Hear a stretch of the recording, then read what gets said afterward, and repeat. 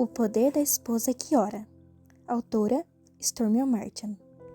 Provérbios, capítulo 31, do versículo 10 ao 12. Mulher virtuosa, quem a achará? O seu valor muito excede o de finas joias. O coração do seu marido confia nela, e não haverá falta de ganho. Ela lhe faz o bem e não o mal, todos os dias de sua vida. O poder. Em primeiro lugar, quero tornar perfeitamente claro que o poder de uma esposa que ora não é um meio para controlar o marido. Portanto, não se alegre antes da hora. De fato, trata-se justamente do oposto. É desistir de todo o desejo de poder em você e para você, confiando no poder de Deus para transformá-la, assim como seu marido, suas circunstâncias e o seu casamento. Este poder não é concedido para ser usado como uma arma a fim de amansar um animal teimoso. É uma ferramenta suave de restauração, obtida mediante as orações de uma esposa que deseja fazer o que é certo mais do que estar certa, e dar a vida mais do que dar o troco. É um meio de convidar o poder de Deus a entrar na vida de seu marido para que ele tome posse da maior bênção, que, em última análise, também é sua. Quando meu marido Michael e eu nos casamos, surgiram diferenças entre nós, e orar não foi definitivamente o meu primeiro impulso. De fato, foi quase meu último recurso. Tentei outros métodos primeiro, tais como discutir, suplicar, ignorar, evitar, confrontar, debater e, é claro, o sempre popular tratamento do silêncio, e tudo isso com resultados menos do que satisfatórios. Levei algum tempo para compreender que, orando primeiro, essas formas desagradáveis de agir podiam ser evitadas. Quando você estiver lendo esse livro, Michael e eu estaremos casados há mais de um quarto de século. Isso é quase um milagre. Não é certamente um testemunho da nossa grandeza, mas da fidelidade de Deus em responder à oração. Confesso que mesmo depois de todos esses anos, continuo aprendendo sobre isso e nem sempre é fácil. Embora talvez não tenha tanta prática em fazer as coisas certas como tenho em fazer as coisas erradas, posso dizer sem reservas que a oração funciona. Infelizmente, eu não aprendi como orar de verdade por meu marido até que eu comecei a orar pelos meus filhos. Ao perceber quão profundas eram as respostas de Deus às minhas orações por eles, decidi então tentar ser tão específica e fervorosa a orar por Michael. Mas eu descobri que orar pelos filhos é bem mais fácil. Desde o momento em que pomos os olhos neles, queremos o melhor para suas vidas, incondicionalmente, de todo o coração, sem quaisquer dúvidas. Mas com o marido nem sempre é assim tão simples, especialmente com alguém que você está casado há tempos. O marido pode ferir seus sentimentos, ser imprudente, despreocupado, abusivo, irritante ou negligente. Ele pode dizer ou fazer as coisas que ferem o seu coração como uma farpa.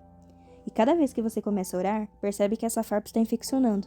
É óbvio que não poderá entregar-se à oração da maneira como Deus lhe pede até que você a retire do seu coração. Orar pelo seu marido não é o mesmo que orar por um filho, embora pareça a mesma coisa, porque você não é mãe do seu marido. Temos autoridade dada pelo Senhor sobre nossos filhos, não temos autoridade sobre os nossos maridos. Todavia, recebemos autoridade sobre todo o poder do inimigo. Lucas capítulo 10, versículo 19. E podemos prejudicar muito seus planos malignos quando oramos. Muitas coisas difíceis que acontecem no casamento fazem parte, na verdade, do plano do inimigo que ele preparou para sua dissolução. Podemos dizer: não vou permitir que coisa alguma destrua meu casamento. Não vou ficar parado e ver meu marido deprimido, abatido ou destruído. Não vou permitir que a confusão, a falta de comunicação, as atitudes e as escolhas erradas prejudiquem o que estamos tentando construir juntos. Não vou tolerar que a mágoa e a falta de perdão nos levem ao divórcio. Podemos tomar posição contra quaisquer influências negativas em nosso casamento e saber que Deus nos deu autoridade em seu nome para apoiar essa atitude.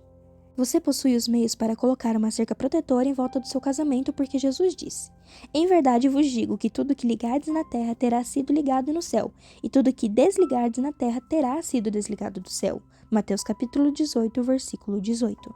Você tem autoridade em nome de Jesus para deter o mal e permitir o bem. Você pode entregar a Deus em oração o que quer que controle o seu marido: alcoolismo, excesso de trabalho, preguiça, depressão, enfermidade, mau gênio, ansiedade, medo ou fracasso, e orar para que ele seja libertado dessas coisas. Espere, antes que você desista do casamento. Confesso desde já que houve uma época em que pensei em separação ou divórcio. Essa é uma revelação embaraçosa, porque não creio que qualquer dessas opções seja a melhor resposta para um casamento que está em dificuldades. Creio na posição de Deus a respeito do divórcio. Ele diz que não é certo e que isso entristece. A última coisa que eu quero fazer é entristecer a Deus. Mas eu sei o que é sentir o tipo de desespero que impede que tomemos uma boa decisão. Experimentei o desânimo que leva a pessoa a desistir de tentar fazer o que é certo. Compreenda a tortura da solidão que deixa você desejando encontrar alguém que olhe para a sua alma e veja você. Senti tamanha dor que o medo de morrer por causa dela me levou a buscar o único meio provável de sobrevivência: fugir da fonte de agonia. Sei o que é pensar em atos de desespero quando não vemos qualquer futuro à frente. Dia após dia, as emoções negativas foram crescendo de tal maneira que a separação e o divórcio simbolizavam uma promessa de agradável alívio. O maior problema que enfrentei em nosso casamento foi o gênio do meu marido. Eu e as crianças éramos os únicos objetos de sua ira. Ele usava as palavras como armas que me deixavam aleijada ou paralisada. Não estou dizendo que eu não tinha culpa, pelo contrário, tenho certeza de que eu era tão culpada quanto ele, mas eu não sabia o que fazer a respeito.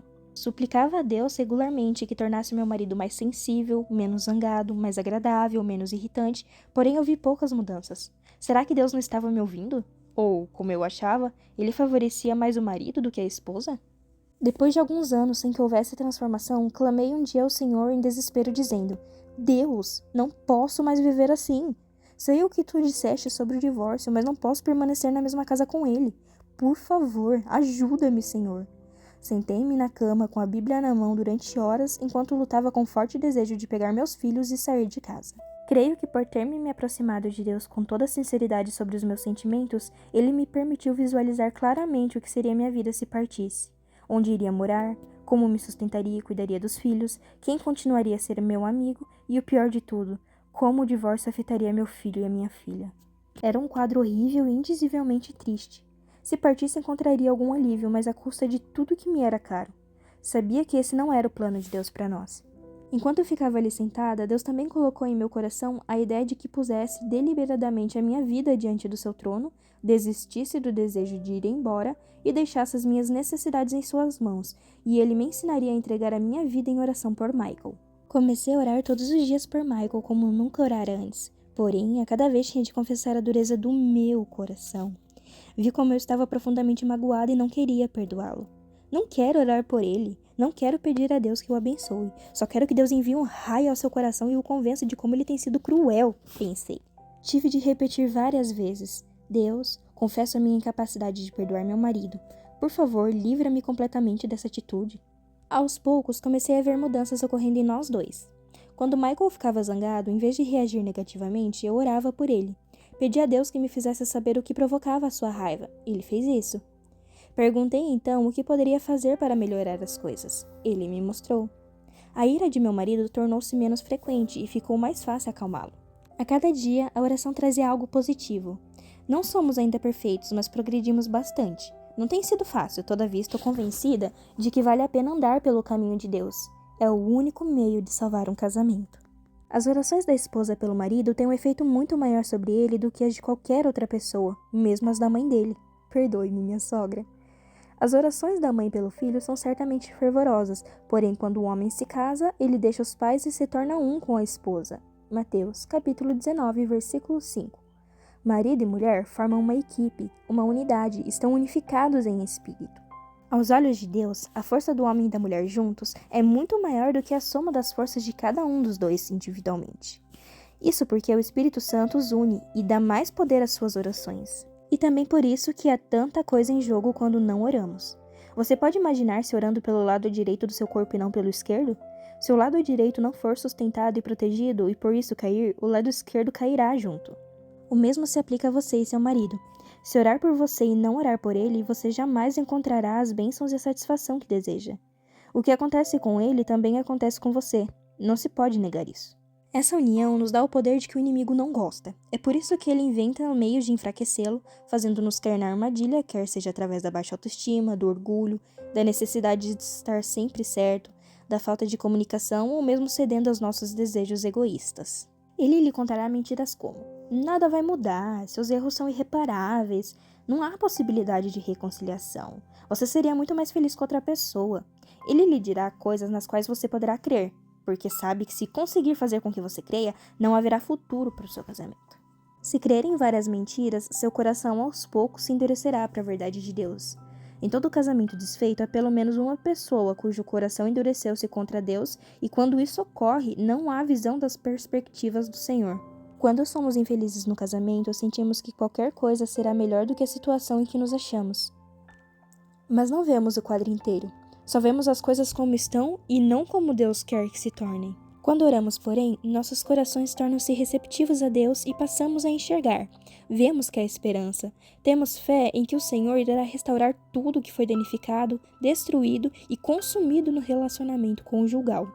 Restituir-vos-ei os anos que foram consumidos pelo gafanhoto migrador. Joel, capítulo 2, versículo 25. Podemos confiar no Senhor para remover a dor, o desânimo, o endurecimento e a falta de perdão. Somos capazes de visualizar o seu poder de ressuscitar o amor e a vida nos lugares mais mortos. Imagine a alegria de Maria Madalena quando foi ao túmulo de Jesus na manhã após a crucificação e descobriu que ele não estava morto afinal, mas fora ressuscitado pelo poder de Deus. A alegria de ver algo irremediavelmente morto trazido à vida é a maior que podemos experimentar. Esse é o único poder capaz de tal ato. Mas isso não acontece sem que o nosso coração busque a Deus e esteja pronto para confessar em oração, crescer durante os tempos difíceis e esperar que o amor seja ressuscitado. Temos de passar pelo sofrimento a fim de alcançar a alegria.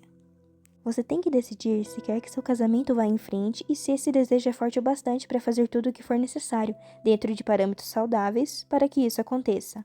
Você tem que decidir se quer que seu casamento vá em frente e se esse desejo é forte o bastante para fazer tudo o que for necessário, dentro de parâmetros saudáveis, para que isso aconteça.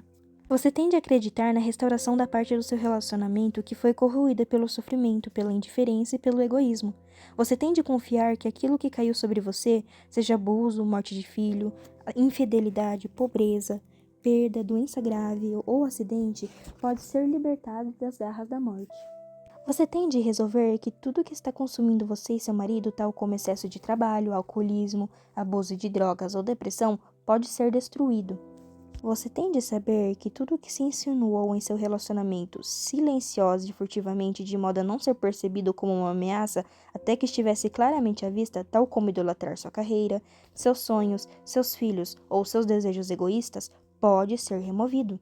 Você tem de confiar que Deus é suficientemente grande para realizar tudo isso e muito mais. Se você acordar certa manhã com um estranho em sua cama e ele for seu marido, se experimentarem um afastamento silencioso da vida mútua, cortando toda a ligação emocional, se sentir um recuo implacável do amor e da esperança, se o seu relacionamento estiver num poço tão profundo de mágoa e ira que a cada dia o seu desespero cresce ainda mais, se a cada palavra dita abrir mais o abismo entre vocês até que se torne uma barreira impenetrável que os mantenha a quilômetros de distância um do outro, fique certa de que nada disso é da vontade de Deus para o seu casamento. A vontade de Deus é quebrar todas as barreiras e tirar você do poço. Ele pode curar suas feridas e fazer o amor renascer em seu coração. Nada e ninguém mais pode fazer isso. Mas você tem de levantar-se e dizer: Senhor, ore para que essa luta termine e nos livremos das garras do conflito. Retira as mágoas e a armadura que vestimos para proteger-nos. Tira-nos do poço da falta de perdão. Fala por nosso intermédio para que as nossas palavras reflitam o teu amor, paz e reconciliação. Derruba esta parede que há entre nós e nos ensina a atravessá-la. Capacita-nos a despertar desta letargia e encaminha-nos para a cura e a inteireza que tens para nós. Não desista do casamento. Peça a Deus para dar-lhe um marido renovado. Ele é poderoso para tomar o que você tem e torná-lo em uma nova criatura em Cristo. Maridos e esposas não foram destinados a brigar, a afastar-se emocionalmente, viver um casamento falido, serem felizes ou divorciar-se. Temos o poder de Deus do nosso lado. Não precisamos deixar nosso relacionamento conjugal ao sabor do acaso. Podemos lutar por ele em oração e não desistir, porque enquanto estivermos orando há esperança. Com Deus nada estará tão morto quanto parece, nem os seus próprios sentimentos. E eu também preciso de oração. É natural entrar nessa maravilhosa aventura de oração imaginando se o seu marido vai orar um dia por você da mesma maneira que você está orando por ele. Embora isso fosse certamente o máximo, não o tenha como garantido. Orar por seu marido será um ato de amor e sacrifício generoso e incondicional da sua parte. Você deve estar disposta a assumir esse compromisso sabendo que é muito possível, e até bastante provável, que ele jamais venha orar por você do mesmo modo. Em alguns casos, ele talvez nem sequer ore. Você pode pedir que o faça e orar para que ele ore por você, mas não pode exigir isso dele. Isso, porém, não importa. O fato dele orar ou deixar de orar não é problema seu, é de Deus. Liberte-o então dessa obrigação. Se ele não orar por você, a perda dele será maior do que a sua. A sua felicidade e realização não dependem do fato dele orar, mas sim do seu próprio relacionamento com o Senhor. É claro que as esposas também precisam de oração, mas estou convencida de que não devemos depender dos nossos maridos como únicos provedores dela. Na verdade, depender do marido como seu parceiro dedicado de oração poderia acabar em fracasso e desapontamento para ambos. Aprendi que a melhor coisa para o nosso casamento foi manter parceiras de oração com que eu orava todas as semanas. Hoje creio que isso é vital para todo o casamento. Se você puder encontrar duas mulheres fortes na fé em quem confie plenamente e com quem possa compartilhar os anseios do seu coração, marque um encontro semanal de oração. Isso irá mudar a sua vida. Essa atitude não significa, porém, que você tem de contar às suas parceiras tudo sobre o seu marido ou expor os detalhes particulares da vida dele. O propósito é pedir a Deus que tranquilize seu coração. Mostre como você pode ser uma boa esposa. Compartilhe os fardos da sua alma enquanto busca a bênção do Senhor para o seu marido. É claro que se houver uma questão com sérias consequências e você puder confiar às suas parceiras de oração a natureza confidencial do seu pedido, não deixe então de compartilhar. Vi muitos casamentos acabarem em separação ou divórcio porque as pessoas eram orgulhosas demais ou temiam compartilhar seus problemas com alguém que pudesse orar por elas. Não deixe de enfatizar a natureza confidencial do que você está compartilhando com as suas parceiras de oração, mas não permita que o casamento acabe porque hesita em orar por ele com outras pessoas. Se tiver uma parceira de oração que não consegue manter em segredo uma confidência, descubra outra pessoa com mais sabedoria, sensibilidade e maturidade espiritual. Mesmo sem parceiras de oração ou um marido que ore, quando você ora fervorosamente, vê as coisas acontecerem. Antes mesmo de suas orações serem respondidas, as bênçãos de Deus recairão sobre você simplesmente porque você está orando. Isso se deve ao fato de ter passado tempo na presença de Deus, onde toda a transformação duradoura começa. Uma oração de cada vez. Não fique confusa com as muitas maneiras que existem para orar por seu marido. Não é necessário fazer tudo num dia só, numa semana ou até num mês. Deixe que as sugestões deste livro orientem-na e depois ore mediante a orientação do Espírito Santo. Quando os problemas forem difíceis e requeram uma ação direta, o jejum tornará suas orações mais eficazes. A oração através da leitura das Escrituras também se constitui num instrumento de poder. Por isso, no final de cada capítulo, inclui orações e algumas referências bíblicas. Acima de tudo, não dê lugar à impaciência. Receber resposta para suas orações pode levar tempo, especialmente se o seu casamento tiver sido atingido de maneira profunda ou estiver sob tensão. Tenha paciência em perseverar e esperar pela cura de Deus. Tenha em mente que vocês dois são imperfeitos, só o Senhor é perfeito. Olhe para Deus como a fonte de tudo o que você quer para o seu casamento e não se preocupe sobre como isso irá acontecer. A sua responsabilidade é orar. A de Deus é responder. Deixe isso nas mãos dele.